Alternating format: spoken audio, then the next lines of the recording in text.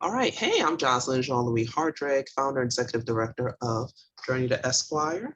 And this is part of our continuing legal education series. I'm so excited today. We're going to be talking to Janet Thompson Jackson about cultivating professional integrity and community for a thriving legal workplace. So just a little bit about Journey to Esquire. We create lawyers who lead, mentor, inspire one student at a time. And we do that through curated conversations just like this one, personalized preparation, and meaningful mentorship. And for more information on our programs, you can go to journeytoesquire.com. You can find out how you can join our community. We're looking for time, talent, and treasure, and that is how we support the future of the legal profession. So let's talk a little bit about our guest speaker today, Janet Thompson Jackson. She wears a lot of hats. She is the CEO of Well Law, which has created a Well Law app that I absolutely love. I love it so much that I purchased it for our students for the class of 2025, and I will be using it as well because, of course, I always want to have the full experience when I introduce students to something new. We had them using another app previously, and they got brought out by a bigger company, right? Which is cool, but I like when the apps take into consideration the unique challenges of law students and lawyers, and Law does just that. She is also the Wellbeing, Diversity, and Inclusion Officer and Faculty of Law at the University of Groningen in Netherlands. And she's a Professor Emerita at Washburn University School of Law. And she's also a Wellbeing and Leadership Certified Coach. So Janet knows a lot about wellness and well-being. It is literally what she does for a living. So today we're going to be talking about how do we incorporate all this stuff about wellness into the legal workplace? And in this 50-minute CLE session, we're going to equip new and young lawyers in particular with essential skills to foster a culture of community in the legal profession. And we'll explore the importance of things like professionalism, being and outreach, and creating supportive and inclusive work environments. And you're going to learn practical strategies to promote diversity, engage with your community, maintain your own well-being while enhancing your professional competence. And we want this to be interactive. Jen and I will be making it more like a conversation. I'll be asking questions. She'll be giving real-world examples. And we want to make sure you have actionable insights to help you thrive in your early legal career. Because as we know, Janet and I have been lawyers for a long time. This is a very demanding profession, but it can also be very rewarding. And you don't have to sacrifice your well-being in order to do well in it. So young lawyers, we're talking to you, but anyone who hires young lawyers like state attorney's offices, PD's offices, law firms, right? You all are the first employers for a lot of these young and new lawyers. And so we want to make sure everyone is fostering these environments where new lawyers can thrive.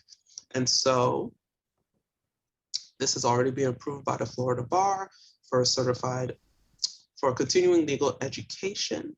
And so make sure you look out for that course number so that you can get your credit.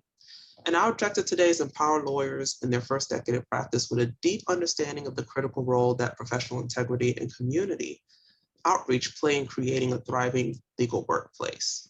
And so I'm going to pass the mic over to Janet, let her talk a little bit about herself and her background, and then we're going to talk about what we're going to talk about today. Janet?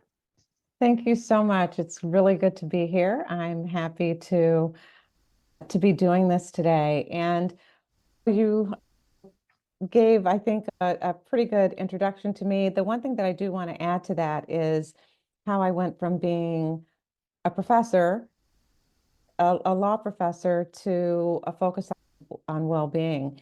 And I like to say that I actually was a pretty anxious law student. And even before that, my mother described me as a child as very serious-minded. So I think that I carried some anxiety and kind of the weight of something.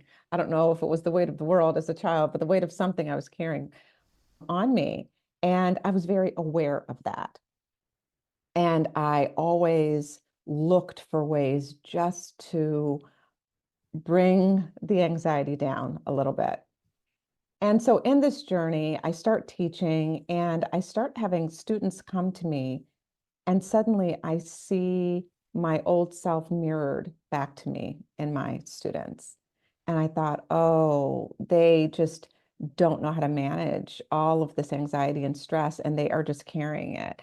And so I just started having conversations. This was before I became a certified coach. In fact, it led to that. I started having conversations with my students, and they might come to me to about a paper that they had written, or the property exam, or my one of my clinic students about a case. But then I just started saying, "So how are you doing? You know, just talk to me. How are you doing?" And no one was asking that question, "How are you?" in law school. It was just do this, do this. How are you? And I started hearing these stories. And so I just started trying to give them some of the advice that had helped me throughout my journey.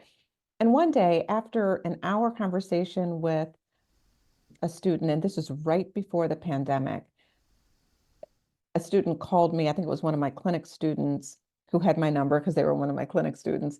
And and was upset about something. And I got off the phone and I said to my husband, I should be a wellness coach. Is that a thing? And then the pandemic hit and I actually had time to do this. And that gave me some structure to be able to help my students. And it actually helped me to build this program, the Well Law program. So long story short, that is how I got there. In the meantime, I also had become a yoga teacher. And so that just became a bigger and bigger part of what I was doing until finally I knew that this was the path that I needed to follow. Oh, what a wonderful story. I feel the same way. My students will say, you should be like a therapist, you should be a coach, and you should be this. And I'm like, here's what's important for you to know. I'm not a therapist, right? And so if you enjoy speaking to me about these issues and problem solving, then therapy will be a great path for you to explore. I had to remind them that because what they really were trying to do was come back to me for therapy. Yeah. And I had to be careful about, listen, I'm here to be a stopgap. Like you said, just ask, how are you? I remember I heard from someone who was pretty high up in the military, one of my leadership programs, and he started that program within his command.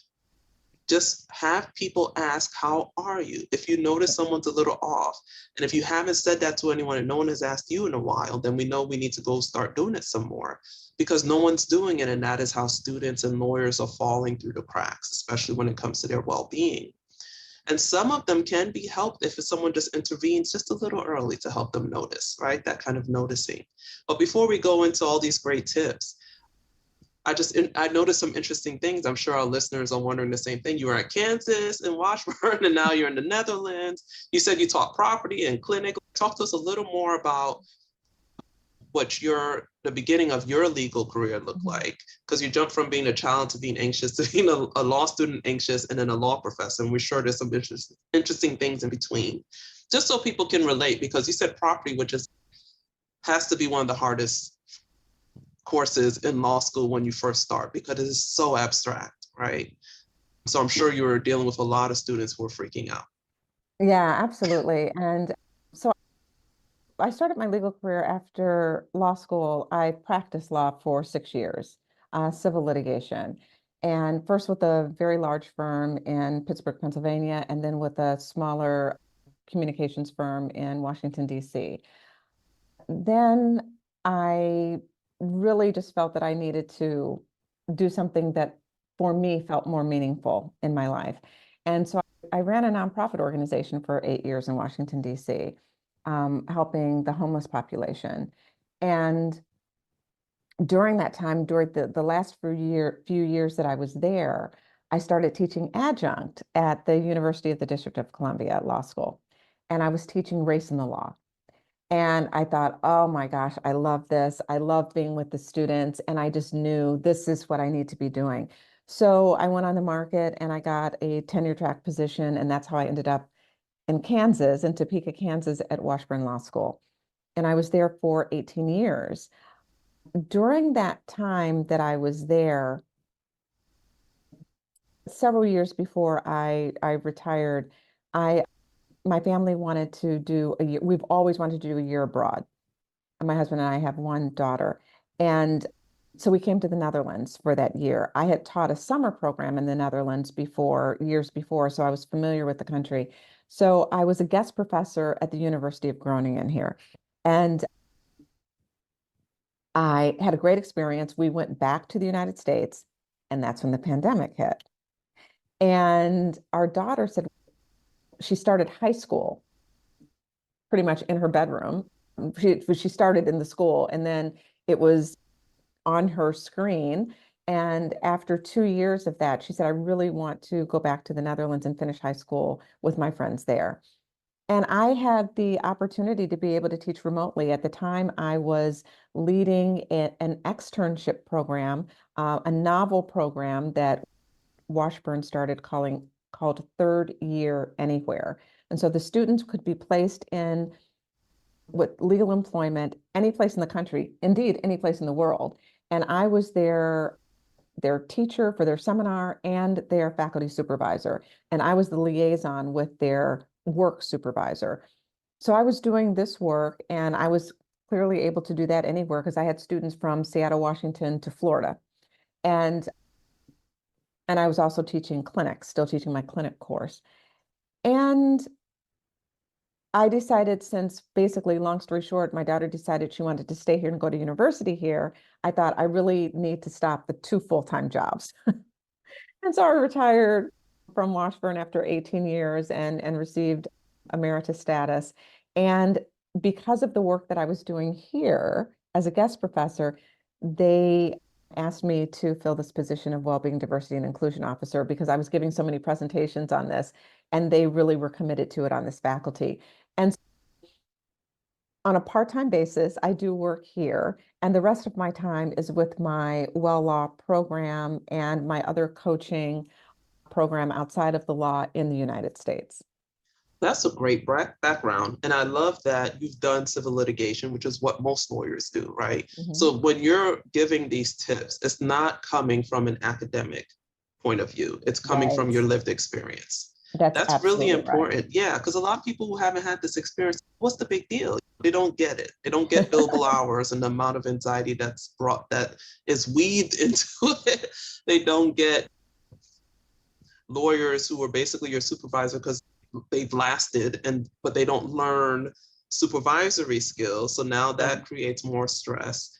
But then you've also dealt with law students and watched them transition, especially through clinic work. And I love that Third Year Anywhere. That's such a great name and It's a concept. great program, actually. Yeah.